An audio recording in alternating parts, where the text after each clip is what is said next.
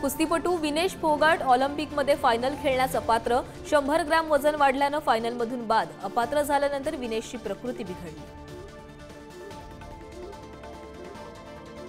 विनेश अपात्र ठरल्यानंतर लोकसभेत गदारोळ, तर हे षडयंत्र असल्याचा विनेश फोगाटच्या कुटुंबियांचा आरोप। पंतप्रधानांनी दिला धीर। देवेंद्र फडणवीस दरेकर माझ्या विरोधात षडयंत्र करतात, मनोज जरांगेंचा आरोप। तर तू आरक्षणाला विरोध करणारा कोण, नारायण राणेंना सवाल। काही जण सत्तेसाठी पावसात भिजतात, आपण आरक्षणासाठी भिजू, शरद पवारांच्या पावसातील वक्तव्यावरून निशाणा। ठरवलं असतं तर धाराशिवमधून बाहेर पडू दिलं नसतं, धाराशिवच्या आंदोलनावरून राज ठाकरेंना जरांगेंचा टोला।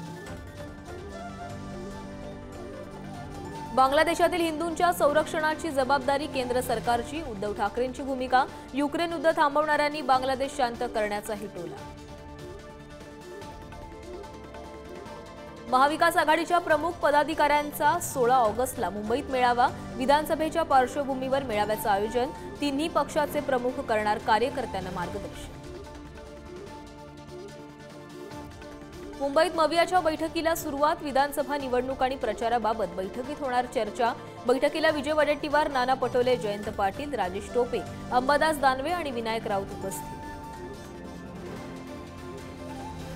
एकतर रवी राणांना महायुतीतून बाहेर काढा किंवा आम्ही महायुतीत राहायचं की नाही सांगा। अमित शहांनी राज्यपाल पदाचा शब्द न पाळल्यानं अभिजित अडसुळांचा नाराजीचा सूर।